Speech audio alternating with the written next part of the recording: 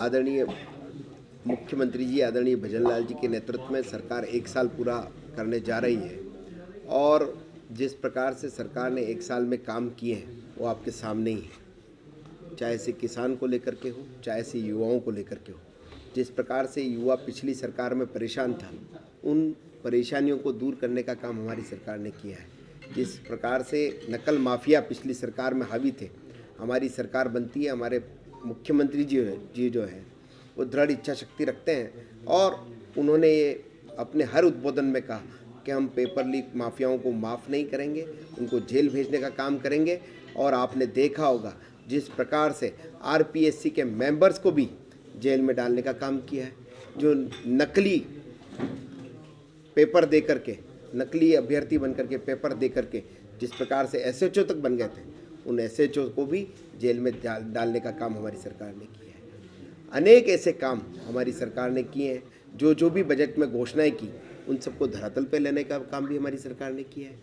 आपने देखा होगा बजट 10 तारीख को जारी होता है और 14 तारीख को उस जिले का प्रभारी मंत्री उस जिले में पहुंचता है और आपने देखा होगा 4 दिन बाद ही ज़मीन का आवंटन भी हो जाता है और उसी महीने में उसके टेंडर भी कॉल किए जाते हैं और कुछ काम तो अभी चालू भी हो गए हैं। हमारी सरकार वो सरकार है जो शिलान्यास भी करती है और उद्घाटन भी करती है। पिछली सरकार जैसा नहीं है। पिछली सरकार में 4.5 साल तक सरकार जो है वो कहीं होटलों में थी या कहीं और थी। सरकार का पता था ना आता था। जब स्वयं उसके मुख्यमंत्री ये कहते थे कि मैं तो 1 साल से घर से बाहर नहीं निकला, तो जिस सरकार का मुखिया घर से 1 साल से बाहर नहीं निकला, क्या सरकार की हालत होगी। और एक तरफ हमारे मुख्यमंत्री जी हैं, आपने देखा होगा पिछले 1 साल में जिस ईआरसीपी को लेकर के इस क्षेत्र में 19 जिले राजस्थान के जो प्रभावित होते थे, उन 19 जिलों के लिए लगातार प्रयासरत करके खूब हो हल्ला मचाती थी सरकार, लेकिन इस सरकार ने उसको ज़मीन पे धरातल पर लाने का काम किया उसी ईआरसीपी को। और आपने देखा होगा उसका एमओयू भी हुआ और उसका लाभ राजस्थान के 19 जिलों को लगभग 3 करोड़ जनता को राजस्थान की जनता को मिलने वाला है।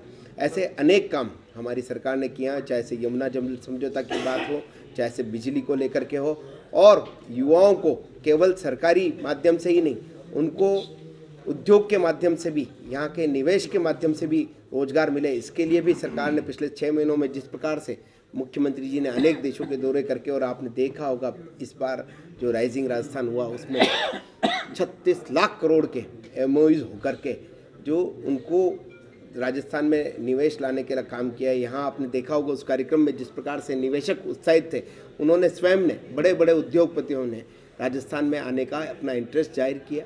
और आप अभी बात में पूछेंगे भी सही कि पिछले वाले एमओयू का क्या हुआ था, लेकिन मैं आपको बता दूं ये मुख्यमंत्री जी ऐसे ही छोड़ने वाले नहीं है।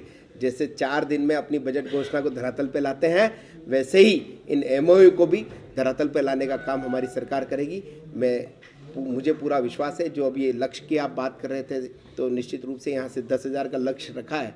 मुझे ऐसा लगता है कि 10,000 का लक्ष्य तो यहाँ की कार्यकर्ताओं के उत्साह को देख करके तो कम लगता है। मुझे यहाँ से पूरा विश्वास है 15 से 20,000 कार्यकर्ता, टोंक जिले के कार्यकर्ता जो है इस कल वाले कार्यक्रम